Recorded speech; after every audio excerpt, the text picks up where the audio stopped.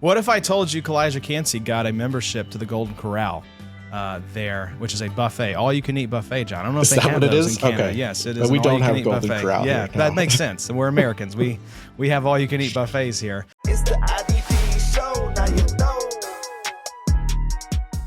Welcome to the IDP Show. I'm your host, Josh Framer, joined in the virtual Sode Shack this morning. It is PFF's finest, Jon Macri. Today, we are doing a little buy, sell, hold. John, training camp is on the horizon. I think teams are going to be reporting here within the next week or so. We have the Hall of Fame game at the end of this month, which is kind of crazy that it's already here. But football, it's almost back, John. And Dynasty leagues, they are starting to ramp up. I know the Dynasty league that we're in, we've already had our rookie draft, our auction. So trades are starting to happen. And so today, we are leaning into that spirit of leagues kind of coming back online. We're doing a buy, sell, hold, linebacker, defensive line, DB. We got it all, John. Glad to have you here joining me for a little buy, sell, hold.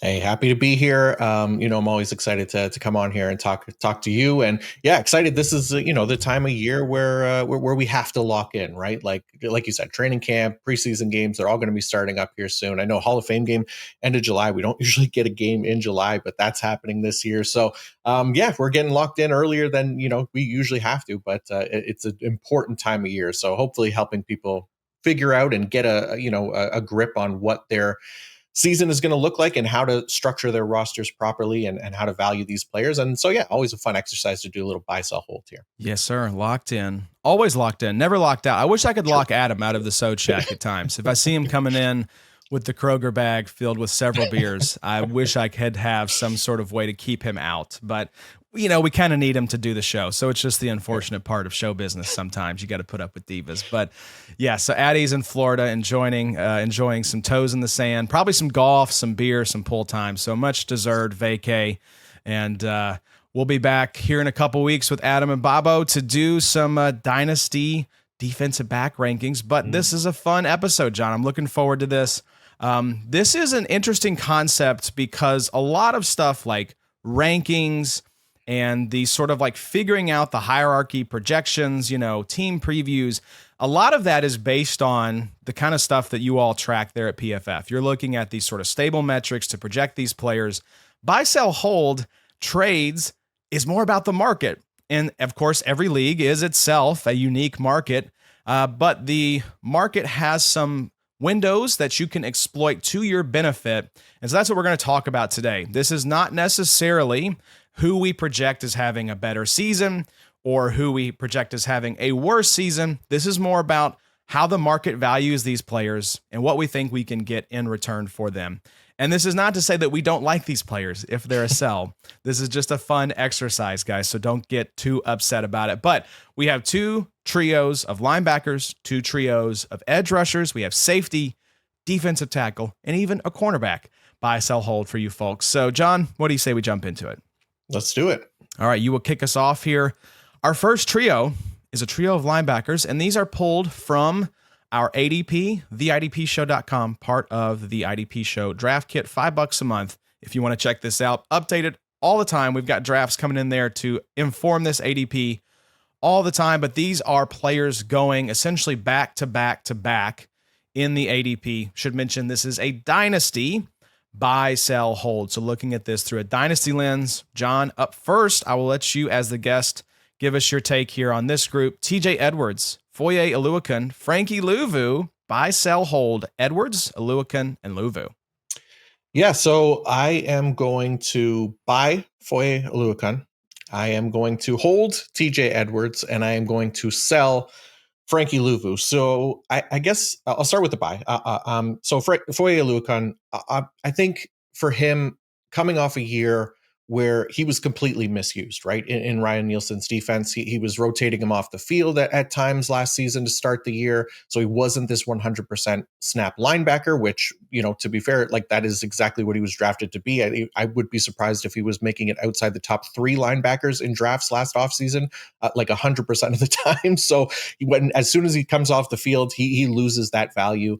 Then he got hurt, right? And then when he came back, he was being misused again, where he was being placed right on the defensive line but not rushing the passer, right? So he was getting this alignment that wasn't good for his tackle efficiency. That sapped his production even more. So Ryan Nielsen's gone now. You got Anthony Campanelli coming in over from Green Bay. At the very least, Foye's usage can't be worse than it was last year, right? So he should be in a good spot to at least play your typical off-ball linebacker role in a full-time role, which is what we expect. So for me, he's going right back into that top 12 linebacker range. And I was looking at the FastDraft ADP as well. He's going as like LB 16 on there right now. So he's being drafted outside the top 12. I think he's still very capable of getting back into that range. So I'm absolutely in on the buy if that's going to be the price of him. It's never been lower over the last, 3 years now. So I'll happily buy Foye Oluokun and bet on him bouncing back to that LB1 production again, and don't necessarily have to pay that price for him anymore. He was LB1, John. I went back and looked. Foye was LB1 for us in 2024. So it was one of the bigger busts, I think, of last season.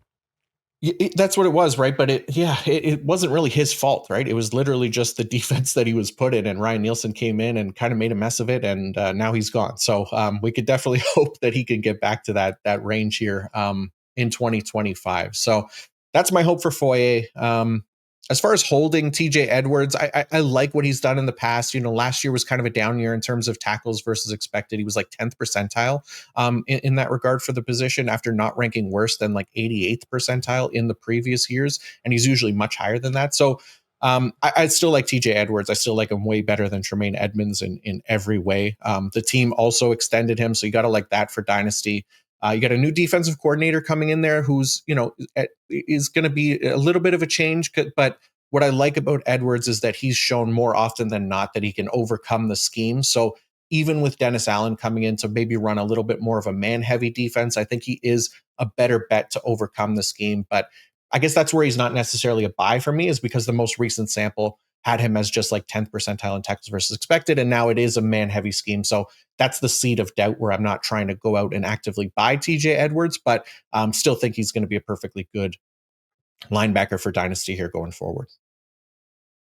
Yeah, that was, I was going to ask you what you thought the new defensive coordinator, Dennis Allen, was going to bring to this Bears defense. And I think we'll differ a little bit on the buy and sell here, or maybe the buy and hold, but you've got, it looks like, Frankie Luvu as your sell. And I think we both agree on that. Yeah, I think it's an easy decision. I think for me, like, he's probably the most overvalued linebacker in IDP right now. Like, I was again looking at the FastDraft ADP that has him as LB6, which even for best ball, that's rich for me. And I don't necessarily even know that it makes sense in this, like, that FastDraft format, because with 6 starters, isn't that, every week his stats count for their scoring, right? So for a guy who has historically been like a low end tackler, his role also kind of feeds into that, where he's rushing the passer and lining up on the defensive line more than any player at the position, which again saps tackle rate, right? And for a player doing that at such a high rate, even then the sacks aren't guaranteed to be repeatable. So I think he had 8 sacks last year.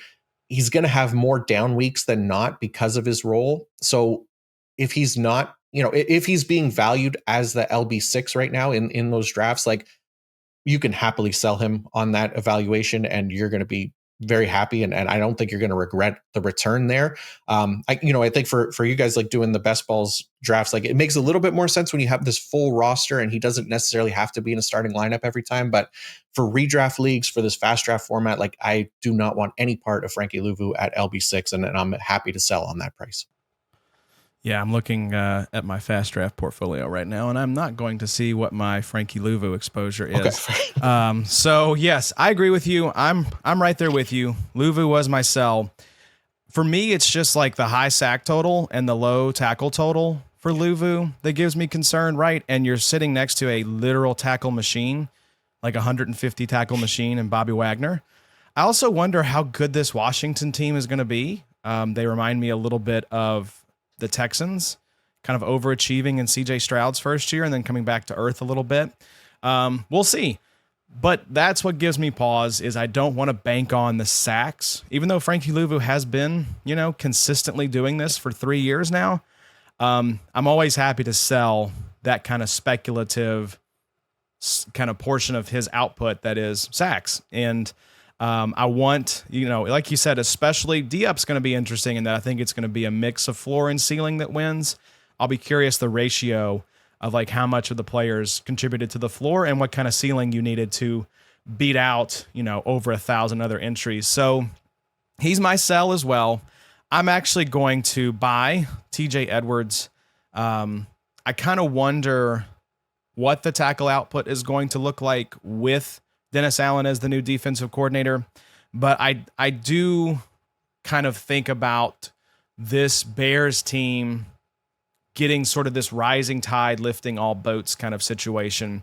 So I kind of wonder, are we in for maybe TJ Edwards' best year? Because he's always been like flirting with that like back end LB1, high end LB2. And I don't think it's that far outside the realm of possibilities if he continues to get this sort of high volume snap share that we've seen him get, that a couple things could break his way and suddenly he vaults into that top half of the LB1 territory.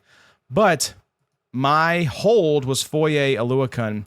I think you could also make a strong case to buy him. I want to come back to the one thing that gives me pause here in just a second, but I don't think you can sell Foye right now for anything. So I don't think you can have him as a sell in this category. I just think his market value is way too low. LB1 by last year's ADP. I'd have to go look and see where he finished, but it was not good. It was not anywhere near LB1. So the market value has never been lower on Foye. So if you want to buy him, I get it. What's your take on Devin Lloyd? Because I know Mike Wallert is a big fan of Devin Lloyd for 2025. How do you see that impacting? Is this a situation where the incumbent, the entrenched, is this a Shaq Leonard getting usurped by Zaire Franklin? Is this what we expect to happen in Green Bay? A Quay Walker getting usurped by Edge Cooper? Or is this a situation where you expect Foye to be the lead dog there and Devin Lloyd to be Robin to Batman? Yeah, the latter, right? Like I don't think Devin Lloyd has really done enough to prove that he is the top guy to trust as your LB1 for fantasy, for Jacksonville, for whatever the case is going to be here. But I think he could still be fine this year. I don't think he's going to pass Foye in snaps, barring injury or something like that. But the team also declined his 5th-year option this offseason, right? So they're already showing a lack of confidence in him as a potential starter for them, and obviously long term, right? So I don't think he's going to stick around beyond this season, barring an incredible season or whatever happens. But odds are, to me, he's going to be the LB2 in that defense. I don't even know that it's going to be a full-time role. If we're looking at Campanelli coming in from Green Bay, you look at their defensive scheme last year, it was very one linebacker heavy, right? Even though the Edgerrin Cooper emerged at the final weeks of the season where he became a full-time starter, that was more because Edgerrin Cooper was just so good you couldn't keep him off the field. But Devin Lloyd has not really been that so far, right? So, unless that happens, then for me, Devin Lloyd is in that kind of range of linebackers that are going to be playing the second spot and not in a guaranteed full-time role. So, I think it's still Foye for this season. I don't really have a lot of concerns for Lloyd taking over that spot. So you're buying the dip. All right. I like it.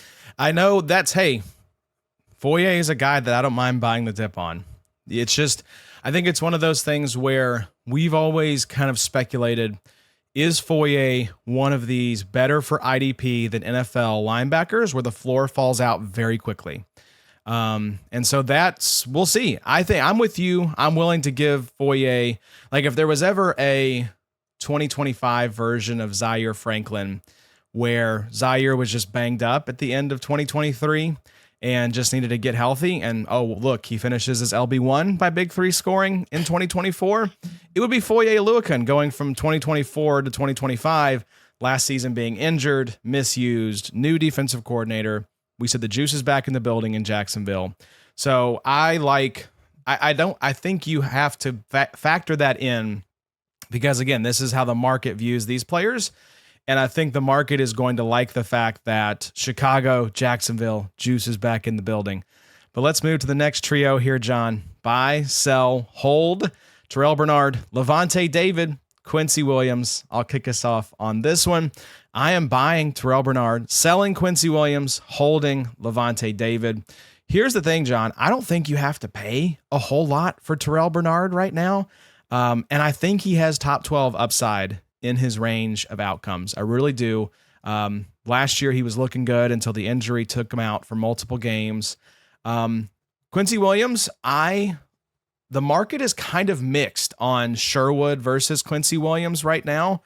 You see in our ADP, it is flipped compared to what it is in D-Up. So I don't think the market has a real clear read. And that's one of the few linebacker duos on a team where that is the case, where one market values them differently than the other. So I'm always happy in those situations to just take the discount. So if I have Quincy Williams, can I get Sherwood plus maybe for Quincy? Maybe Sherwood plus a future fourth for Quincy Williams? Because I see these guys pretty similar. I'll be curious your take on them.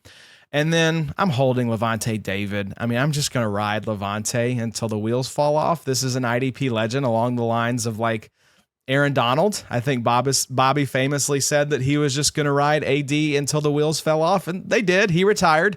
So I think you could have said the same thing about JJ Watt, Luke Kuechly back in the day. You just want to have these guys until they hang them up. And you can see from my D-Up portfolio that I am riding with Lavonte David. One last ride, Lavonte, hoping the wheels don't fall off the wagon. What say you, John?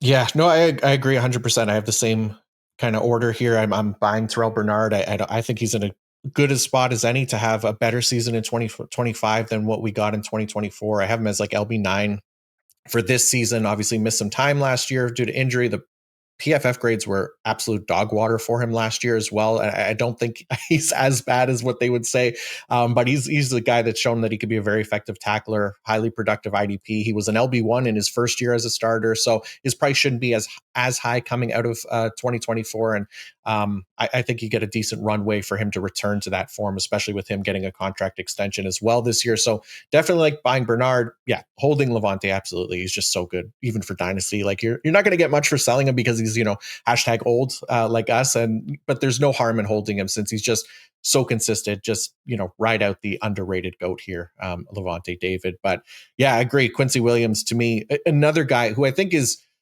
very overrated right now. Like I have an article coming out next week. I don't know what week is it. Yeah, next week. I don't even know what year it is anymore. But next week, I think, where I believe I was looking at the FastDraft ADP and highlighting kind of the poor values, and Quincy as LB7 on there is kind of insane to me. Like, I don't know what he's done to earn that ranking.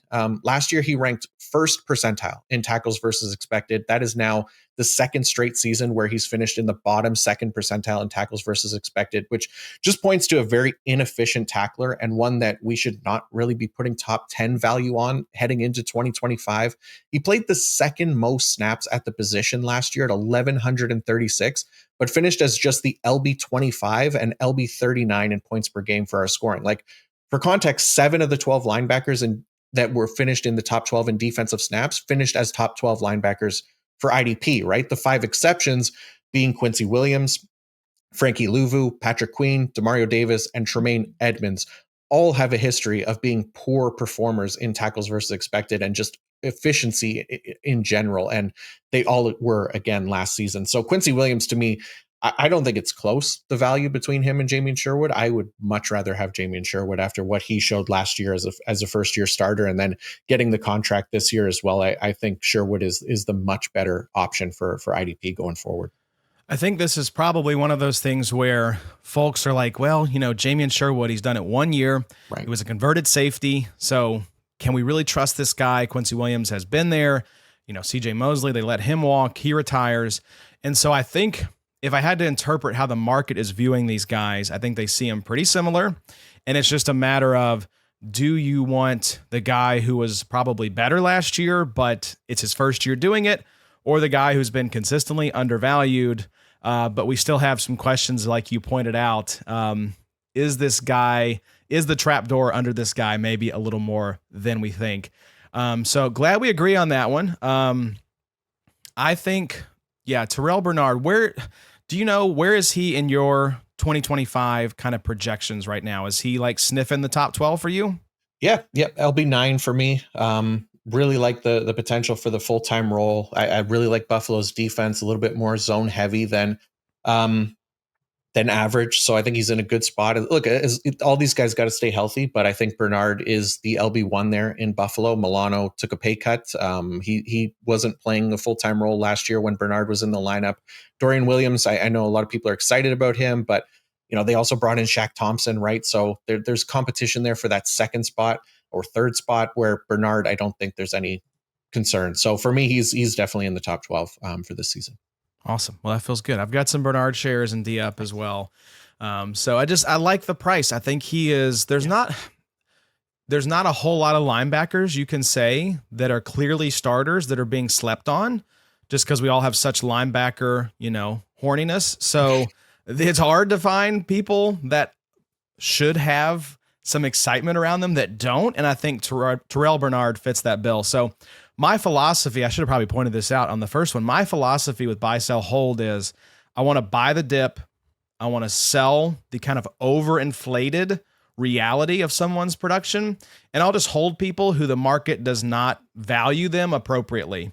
Mm-hmm. So that is Lavonte David. I think he's got top 12, top 15 in a very likely range of outcomes if he stays healthy this season. And the market just doesn't like him because he's old. And I get that. There is some downside risk as well, but how many years does Lavonte David have to do it? I think he's earned our trust at this point. If anyone, him, Bobby Wagner, Demario Davis, if you want to lump him in there as well, have earned the benefit of the doubt despite being about our age. So shout out to those guys for still being able to do it. Let's move to the edge position, John, and do a fun one here. These are some highly drafted, highly discussed edge rushers, and they are going back to back to back in our ADP. Buy, sell, hold, Jared Verse, Jonathan Greenard, Josh Hines-Allen. What you got on this one? Yeah, so this is a tougher one, but I think I will buy Jared Verse. I am going to hold Josh Hines-Allen, and I'll sell Jonathan Greenard. But buying Verse, I mean, look, you're going to be paying a price here, but I don't really care too much about the price right now for Verse, because I think it could still be higher based on what he could be here in 2025. Like just 4.5 sacks last year. And I would say probably the greatest positive regression candidate in the sack column. Like he was dominant as a pass rusher, as a rookie, and just kind of got unlucky in the sack column. Like that will sort itself out probably as soon as this season. He's also one of the best tacklers at the position. He ranked 95th percentile in tackles versus expected. He played this workhorse role. He scared Teron Armstead into retirement, apparently. Like there is a lot of meat left on the bone here for Verse as an IDP. And if we missed out on that heading into his rookie year, I still think there's a little bit of time to get in early enough, thanks to like the 4.5 sacks last year for those who might be just looking at those numbers and still banking on something better going forward here as soon as this season. So still really like to buy Jared Verse and try to get him as soon as we can, because as soon as those sack numbers hit, we're not getting him for a cheaper price than this. What is your sense of the market on Verse right now? Because the sense we get, we value him very highly. He's very highly rated in Adam's Dynasty rankings. I think Adam already has him as worth a first. What do you see the market value? Are people as high on Jared Verse as we are right now?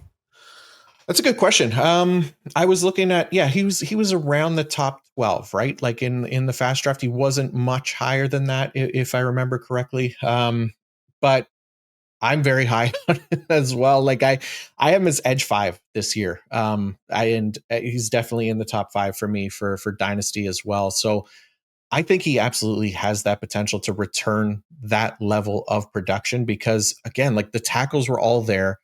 The playing time was already there. The pass rush metrics were already there. We're just banking on the variance to go in his favor in terms of the sack totals. And I don't think he's going to be worse than 4.5 sacks. So I think he's definitely in that top 5 range. So I think arguably there's room to be even higher on him. I mean, look, I don't want to like hype him up too much, because if he fails, then, obviously there's lost value there. If you can get him at this price, I think that's a great price to get him at. But I'm high on him as well.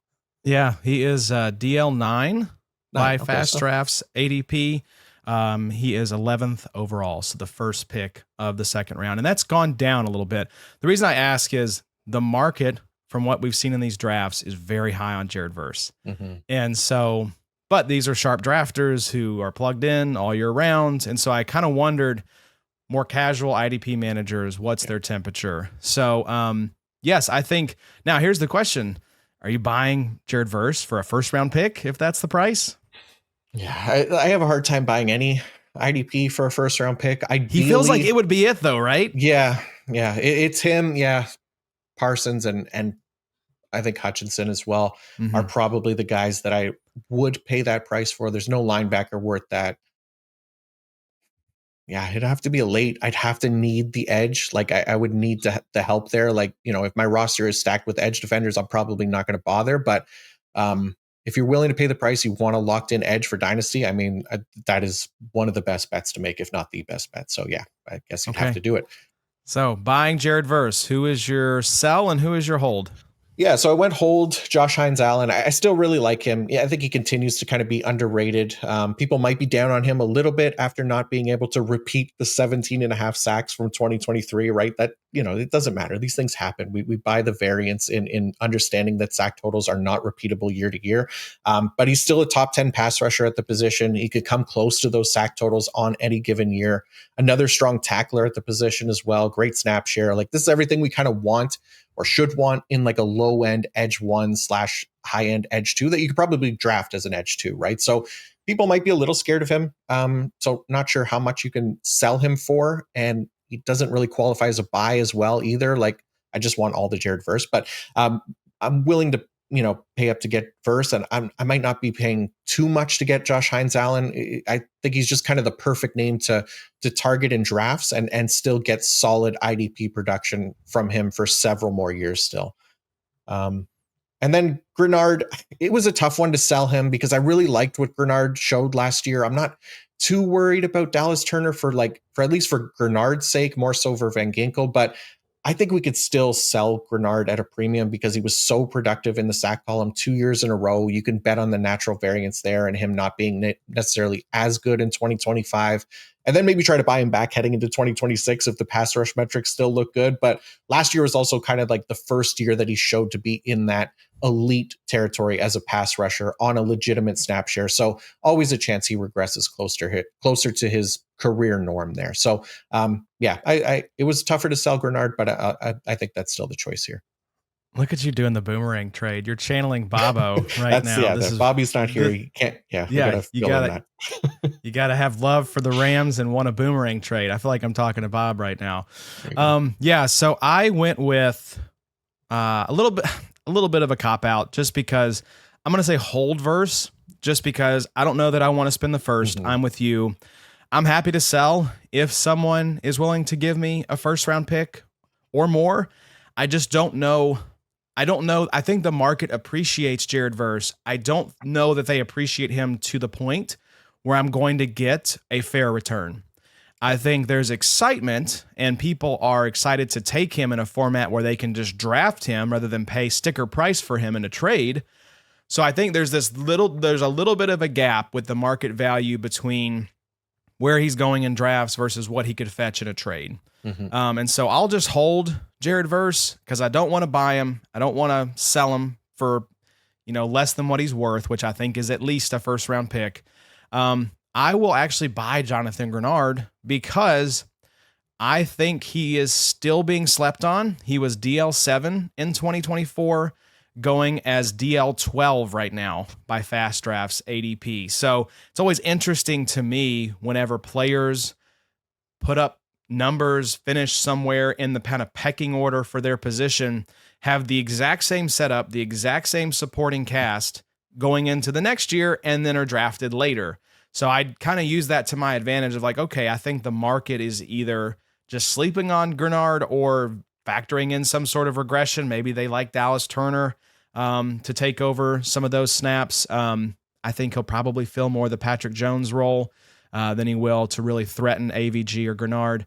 So I like Greenard. I think his market value is Still lower than Josh Hines-Allen, because that's why I have Hines-Allen as my sell. Is I think I can spin a narrative. Anytime someone has 17 plus sacks in a season, they're in this sort of elite company. I think when I did the article that I wrote a week or two ago, there are 4 other players on NFL rosters right now who have had 17 sacks in a season. So it is very rarefied air for someone to get to that level. So I'm going to try to use that to my advantage. And I also would be fine selling Greenard and buying Josh Hines-Allen. I like both of these guys. I've got exposure to both of them. I think they're both really good values in FastDraft right now. Josh Allen going after Jonathan Greenard right now as the DL 16, 29th overall. So he is wrapping up the 3rd round. So sometimes you're able to get Josh Hines-Allen there in the 4th round, which is very nice. But for me, I am buying Greenard, selling Hines-Allen, holding Jared Verse. Unless I'm going to get fair market value, I think I'll just ride with an ascending stud. I think he's one of those few IDP assets that you feel really good about long-term. So let's move to the next one though, John. Another exciting group, trio of edge rushers here. We got some second-round players, or some second-year players, I should say, including one from my beloved Indianapolis Colts. Buy, sell, hold, Laiatu, Latu, Will McDonald, Chop Robinson. I'll go first on this one here, John. I'm buying Laiatu, Latu, selling Chop Robinson, holding Will McDonald. I actually sold both Latu and Will McDonald in our shared league this offseason. I turned Latu into Edge Cooper, and then Will McDonald was part of a trade that I used to get Peyton Wilson. So just trying to pour out some value in the from the edge bucket into the linebacker bucket in a league that starts 2 edge rushers and 3 linebackers. So trying to get the roster right, but sold both these guys. I'm still interested in buying Latu. A little bit of a disappointing rookie season. If not for this season, then I'm interested in buying him for 2026, when it's basically just going to be him and JTT from Ohio State, their 2nd round pick this year. Kwity Paye, Samson Ebukam, not going to be on the roster. Dayo Odengbo already in Chicago. So this is going to be Latu's room, potentially for this year, but definitely for 2026. I'll be curious, John, your thoughts on how you think that rotation will shake out under new defensive coordinator Lou Anarumo there. Kwity Paye still under contract. Samson Ebukam still there. But I'm buying Latu. Seen a lot of hype around him, a lot of smart people that I trust pegging him as a breakout. I think you're my present company included. I am going to sell Chop Robinson. I love what we got from Chop in 2024, but there's a lot of uncertainty for me around the Dolphins head coach, GM, the coaching staff. What does it look like when Jalen Phillips, Bradley Chubb return? I mean, Chop Robinson was able to eat last year in large part because he had a great opportunity. He was the best edge rusher on his team in his rookie season because Bradley Chubb and Jalen Phillips were on the shelf. So what does it look like when these guys are back in the mix? That gives me a little bit of uncertainty. And I'll hold Will McDonald. I don't think the market is super fired up about Will McDonald, and they probably should be, but he's DL 36 in D up right now versus DL 26 for Latu, and DL 28 for Chop Robinson. I've been able to get Will McDonald as sort of that 6th round flyer in D up. On the upside case, maybe he is top 5, top 6 in the league in sacks. So yeah, this is one of those instances where, like I mentioned, the market I don't think is valuing Will McDonald appropriately. So I'll just hold him and hope for the best. What say you, John? I like it. I got very similarly there. I'm definitely buying Latu. I was surprised to hear you say like it's a disappointing season, because I came away feeling a little differently. Like I thought it was really kind of underrated rookie year. Like just right. If you're comparing it to what Jared Verse was accomplishing in year one, the thing. That's where the disappointment comes. That's the sting, right? We need edge rushing help, right? I mean, it's guys that we've taken swings on. You're like, this is the guy, first defender off the board. this is the best edge rusher we've got, but we've taken these swings, and it's just, I think seeing what Jarrett Verse did was really the sting. And, not seeing this guy really cement himself and kind of pull away from the pack is what made it disappointing. Like, we hoped for a difference maker who could kind of turn this defense around, and we just didn't get that year one. So I think probably expectations were too high. Yeah, and that's fair, right? But I think like Verse, he's definitely an anomaly for the position. He's not the norm when it comes to like rookie defensive line performance, right? And I think Latu's rookie year was really still in line with like similar first round edge prospects that we've seen in recent years. And I think he could still get to that Jared Verse type level, right? Like he had a 72.1 pass rush grade last year. That was better than even TJ Watt, Brian Burns, Greg Rousseau, Josh Hines-Allen, and even Aiden Hutchinson in all of their rookie years, right? And all of those guys are former first rounders. They're all top 12 IDPs now at their position, right? So, if anybody is down on Latu after one season, like I think now is the good time to pounce, because I think he was like an elite pass rushing prospect coming out that can still come to fruition. And I think we do see that snap increase come this year as well, which just gives him a lot of room for improvement as an IDP. And you no longer have to overpay to get him. Like I bought Latu in my home league this year when I couldn't even approach the topic last offseason when he was drafted. And it wasn't that difficult to get him as a kind of a throw in as a larger part of a deal this offseason. So I really like his potential. I think he can be easily top 24 for his position in IDP this season. And then I think the ceiling is still much higher than that because, we got to be, patient with a lot of these defensive linemen. Latu still projects as one of the top options for me. So I agree in buying him. I was slightly different on the hold and the sell. Like I'm holding Chop. I think there's still room for him to improve. I just don't necessarily think it'll be this year. Right. Like you said, Bradley Chubb, Jalen Phillips, potentially fully healthy, which it sounds like they're on the right track. I wouldn't be surprised to see Chop's role kind of relegated to more of a designated pass rusher a bit this year before Jalen Phillips moves on at the end of this season and opens up a larger role for Chop in 2026. So I think we can be patient with him unless you can get a haul right now. Maybe he has that down year and then the chance that you do the boomerang trade again next offseason. But I think it'll be a little harder to do that next offseason once Phillips is gone and a free agent, because I think people will be more aware of the potential there. And then I went sell McDonald just because, I don't know, why not try to cash out on just the high sack totals last year, really? Like 10.5 sacks, a great number, but a decent chance that he isn't able to replicate that number this season. He was a good, not great pass rusher last year, performed over his expected sack total, which, for his type often means regression the following year. It doesn't have to be a huge drop off in sack production because he's still a good player, getting a decent enough workload, but also one of the worst tacklers at the position. He finished dead last in tackles versus expected last year, and that hurt his overall IDP value. Our scoring here has him as edge 32 overall last year, and he was edge 42 in points per game. So you sell him as kind of a young player with a big sack total. I think you survive in Dynasty. There's plenty of strong replacements who can still get there each year, do the same thing. Yeah, there's an upside case to be made for Chop here as well, right? Mm-hmm. Of like, he could be in the same situation he was in 2024. These are not the kind of like bastions of health in Bradley Chubb and Jalen Phillips. Unfortunately, like we've got Jalen Phillips on the wall. We love Jalen Phillips, but there is obviously a concerning injury history of major devastating injuries at this point. Bradley Chubb getting older.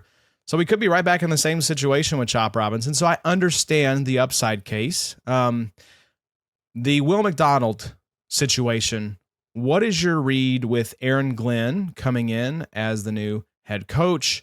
In terms of what is that going to look markedly different from what we saw with that kind of Jets dumpster fire in 2024? Not necessarily like majorly different. I think the biggest difference is going to be Jermaine Johnson potentially being healthy, right? Like that's somebody that I think is more likely to be able to play on those early downs, where Will McDonald doesn't really have that part of his game down just yet. He's also a little bit undersized. He's in the similar kind of bucket as Chop Robinson, right? Where that's the concern with these guys for IDP, is that they might not be as effective on rundowns. So that's going to hurt their tackle production. It makes them a little bit more boom bust than the norm for the position. So Yeah, I think he's still going to get a decent workload there for the Jets with Aaron Glenn. I think Jermaine Johnson, he's coming off injury, so he's not like the best bet either, but still should be somebody that's going to play a decent role. But I could see Will McDonald being used a little bit more rotationally just because he doesn't have that early down capability just yet. All right. Well, there you go. That was linebacker, edge rusher. Let's take a quick break to hear about the D-Up contest. You've heard us talk about it. Let's take a quick break to hear about this contest from Matt Kelly, and we'll be right back after the break. The Super Bowl is the biggest event in sports, but Jalen Carter makes big plays and very few fantasy gamers care. That's going to change with the D-Up contest on FastDraft. You draft 6 defenders. The top 4 enter your lineup every week. You can draft up to 30 teams. There's a $10,000 prize pool. And if you love Aiden Hutchinson, you can get big exposure to that guy. And every time he's making plays for the Lions, you're making money. It's such an easy game to play, and it's so fun to sweat both sides of the ball on Sundays. Of all the FastDraft contests, it's the D-Up game that I think is going to really change how people play fantasy. Now use your host promo code to get a $50 deposit match when you deposit on FastDraft. So, let's start drafting faster. All right, welcome back. Make sure if you're checking out the D-Up contest from FastDraft, use promo code IDPSHOW, $50 deposit match. John, you're finally going to be able to wet the beak with D-Up this coming week. You're going to be in the States. We're very excited to see what that portfolio starts to look like.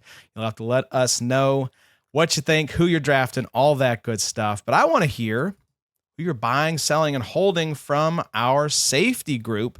Juicy trio here. Xavier McKinney, Brandon Jones, Nick Cross. Buy, sell, hold McKinney, Jones, and Cross. Yeah, look, when it comes to defensive backs, I typically not really buying any of them, but I'll play the game. Yeah, basically.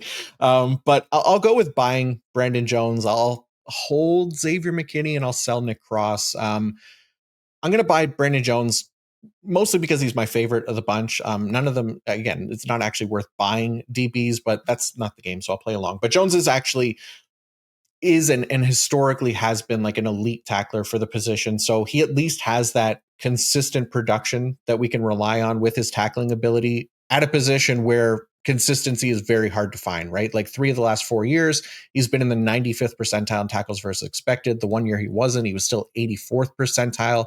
Even with Talanoa Hufanga joining the secondary, I'm not too concerned about Jones's ability to produce. Like his strength is around the line of scrimmage. Hufanga arguably is as well, but he wasn't really utilized that way nearly enough in San Francisco. So maybe coaching staffs don't believe that's a strength for him. We'll see. But this is a Denver defense under Vance Joseph that also isn't one that typically plays a lot of single high anyways. So not much changes for Jones in 2025. And I'll just take the guy who isn't as reliant on big plays here as, say somebody like a McKinney. Cross, I think there's going to be a change. So I went hold McKinney, but only because it's Dynasty. Honestly, like we could and probably should mostly treat this position on a year-by-year basis. And if you can cash out on McKinney, I would still do that. But I do like his staying power a lot more than Nick Cross, which kind of helps his Dynasty stock for me.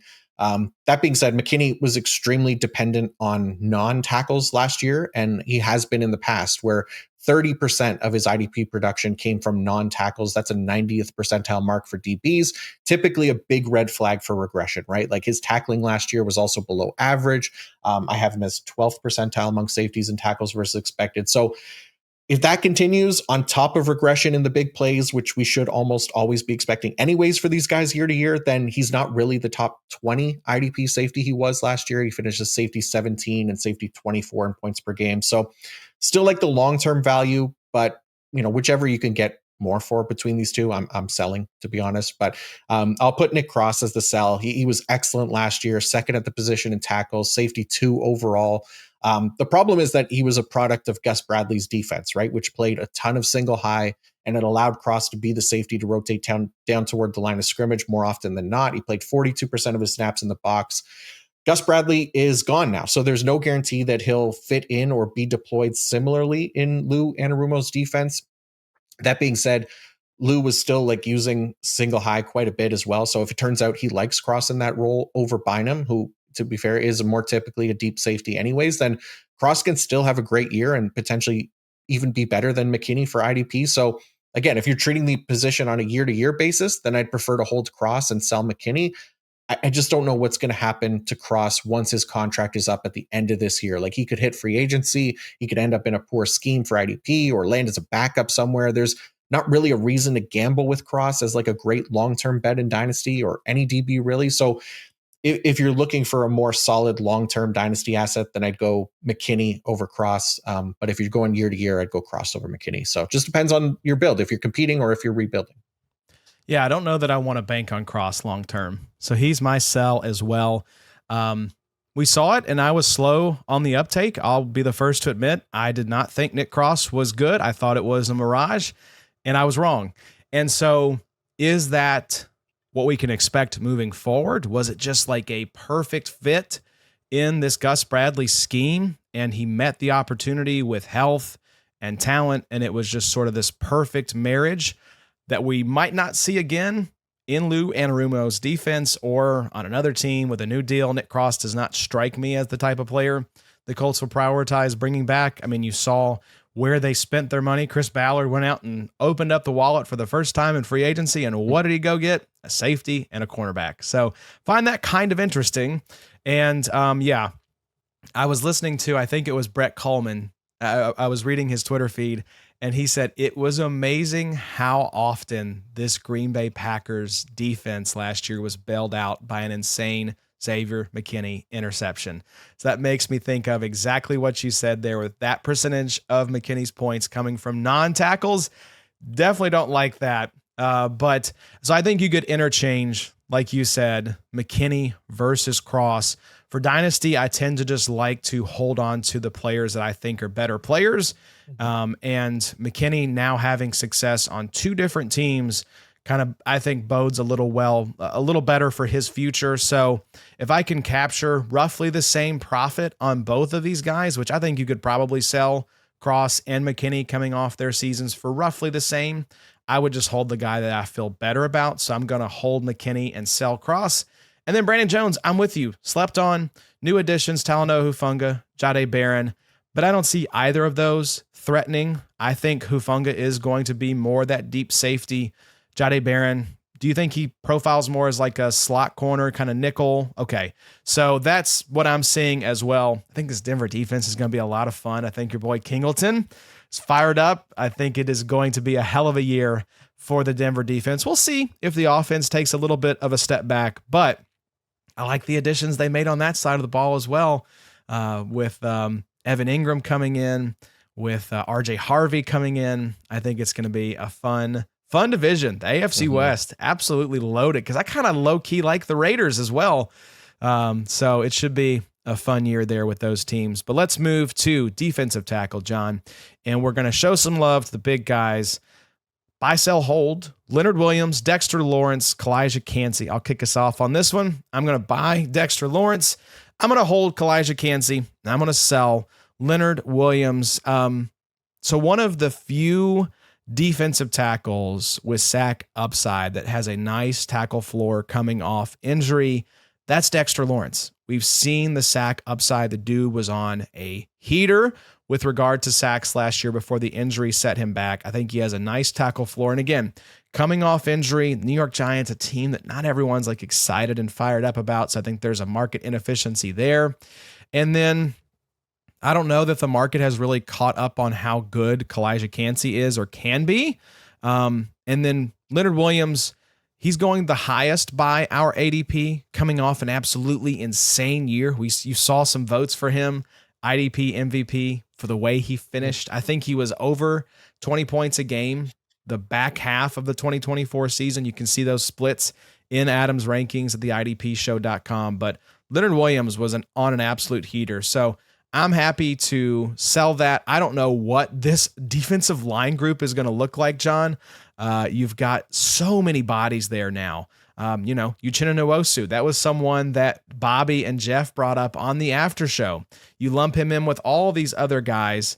You've got Byron Murphy there as well as Leonard Williams. Just a lot of bodies. I like it for what Mike McDonald is building with this defense. Don't know how it's going to shake out. So that's mine. I think you're going to differ a little bit, though. What's your buy, sell, hold for this group?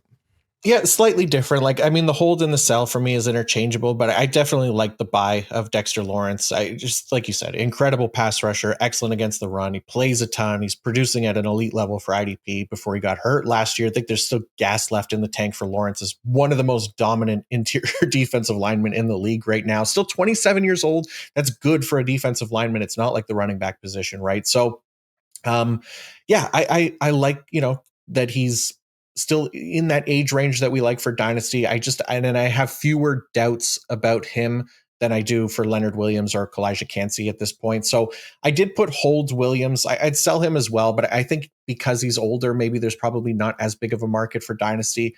Like, unless you're rebuilding and selling to a contender, that's probably your best bet. And we could swap Williams and Kancey as holds and sells there. But Williams, outproduced his sack production more than any other player in the league last year. 6.3 tackles over, or 6.3 sacks over expected.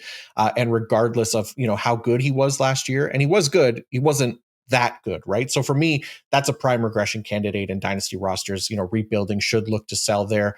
Contenders might want to hold because he's still playing a ton this year. He's a great tackler, and there will still be some sacks, even if it's not 11 and a half again, if we're, getting closer to his more recent norm between 5 and 6 sacks, and on top of strong tackle production, like, he could still be a top 12 defensive tackle for us in 2025. So there's always nuance here depending on your roster and whether you should be, buying, selling, or holding. If you're contending, then hold Leonard Williams. If you're rebuilding, then sell and hold Calijah Kancey, right? But I put sell Calijah Kancey based on that. I think there's more hope for Kancey in his long-term projection than there is like actual evidence that he's going to get there.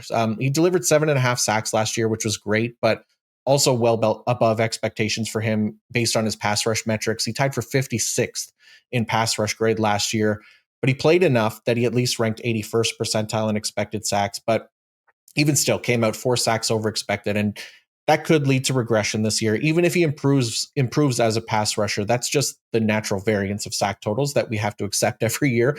The other problem to me is that he has been awful on rundowns. He tied for 159th at his position in run defense grade.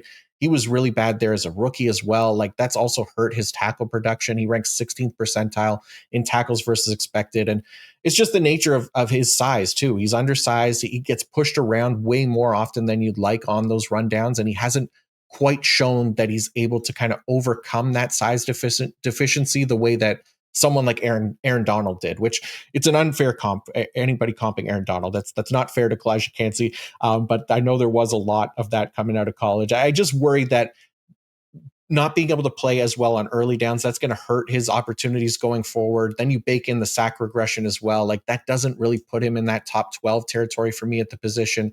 I love the profile for Kancey coming out. I was really hopeful for him to be great in the NFL. I just worry, based on a lot of the underlying metrics, that this isn't going to work out the way that we hoped heading into his rookie year. So I'm kind of fine cashing out and looking elsewhere for Dynasty. That's how I know you're not a Bobby clone, because obviously one of his man crushes, Calijah Kancey. Man. What if I told you Calijah Kancey got a membership to the Golden Corral there, which is a buffet, all you can eat buffet, John? I don't know if they have those in Canada. Okay. Yes, it is. But we don't have Golden Corral. Yeah, that makes sense. And we're Americans. We have all you can eat buffets here. Yeah, maybe he'll be putting on some pounds. Who knows? That'll help.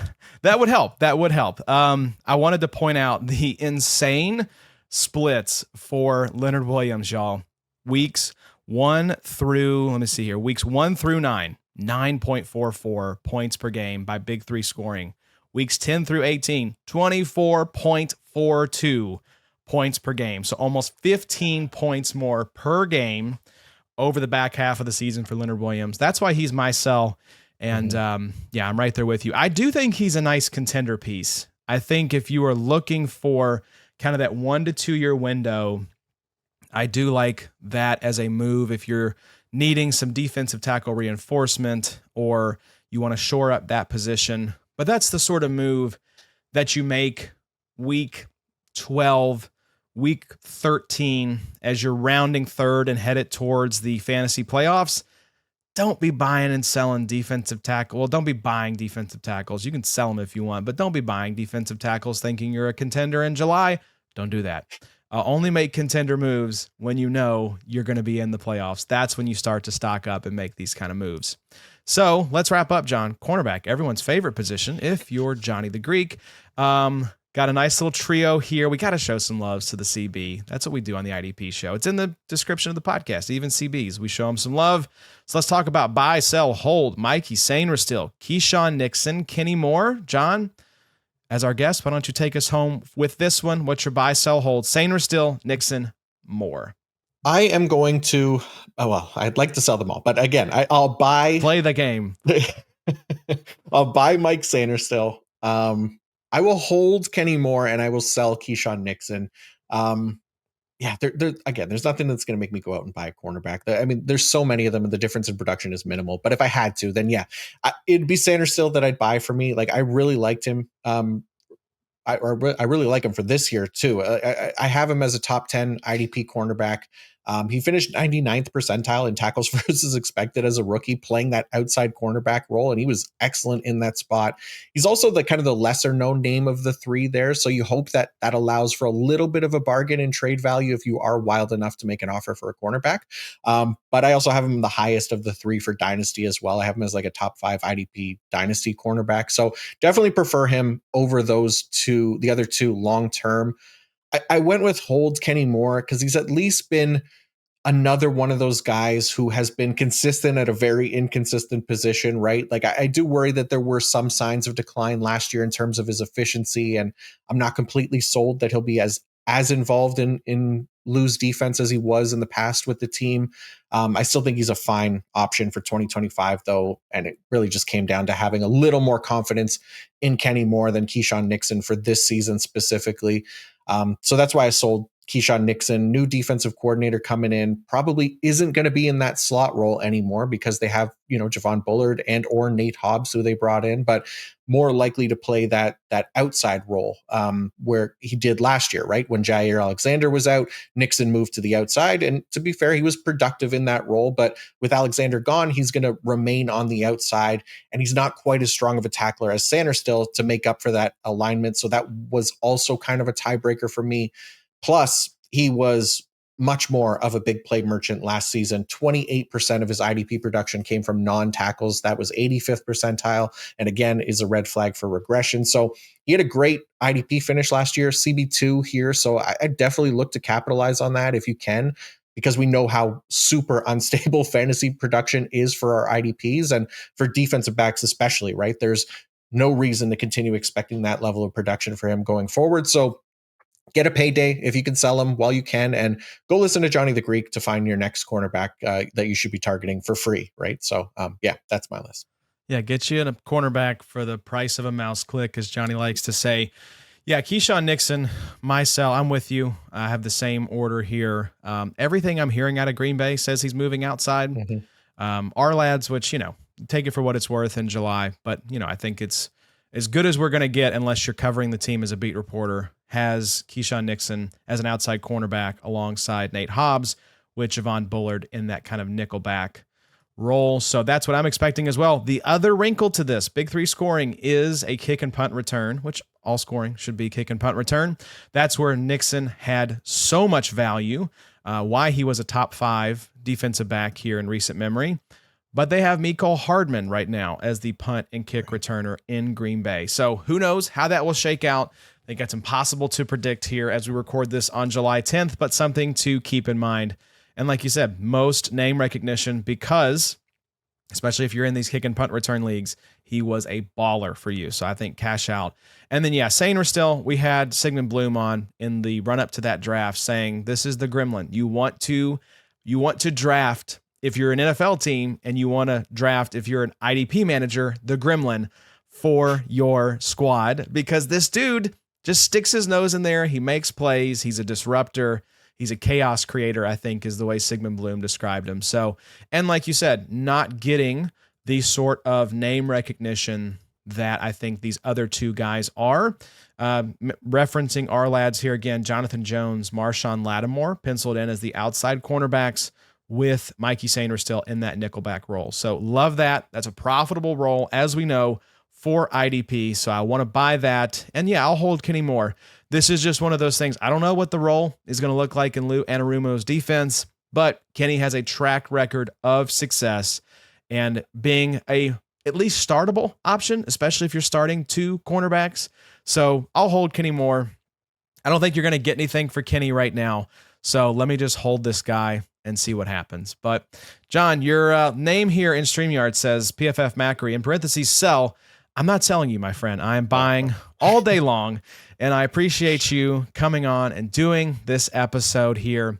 Tell the folks what you got coming up. We know you're going to be in the States, so if you're in the great city of Cincinnati and you see Jon Macri walking around, come up, take a picture, say hi, give him a good American welcome. Take him to Golden Corral if you want to give him the true American experience. But Jon, what you got coming up? What you got cooking over there at PFF? Yeah, so what did I do? This week I wrote up all breakout candidates for IDP, so defensive line, defensive back, linebackers. We're going to record with Jay Sabby, who is very familiar with the IDP show, I'm sure, a breakout candidates episode later today. That'll probably be out Thursday, if not Friday at the latest.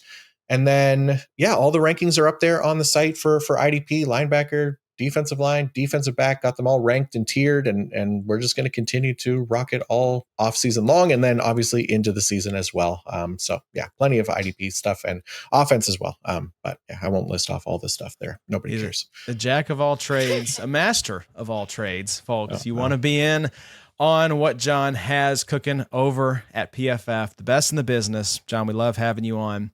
I want to have you back on training camp. We did this, I think either last year or the year before, maybe both. But let's keep the streak alive. Let's bring you back in to cut through the cloud of confusion once training camp starts, once the preseason gets rolling, and see what matters, what doesn't. But happy you were able to fill in here on short notice. Appreciate you, my friend. And like we mentioned, you're going to be in the States. You're going to get to participate here in FastDraft in D-Up. If you haven't checked it out yet, folks, promo code IDPSHOW, $50 deposit match. Check it out. I've got the t-shirt on. I'm repping. I'm nothing if not a shill. So make sure to check that out. Make sure to check out, yes, the IDP Show. Jon is a shill as well. TheIDPShow.com, the IDP Show draft kit, $5 a month over there. We got Dynasty rankings, 2025 projection, best ball rankings. We've got our ADP. We've got sleepers, breakouts, busts, all that good stuff over there, $5 a month. So check it out. Between PFF, between the IDP Show, we're going to have you covered. Hope you all enjoyed this episode. Next week, we will have the after show and IDP drafts. And like I said, here in a couple weeks, I'll be back with Adam and Bobby breaking down top 24 Dynasty defensive backs. So you don't want to miss that. But until then, y'all take care. And we'll see you soon. It's the IDP show, now you know.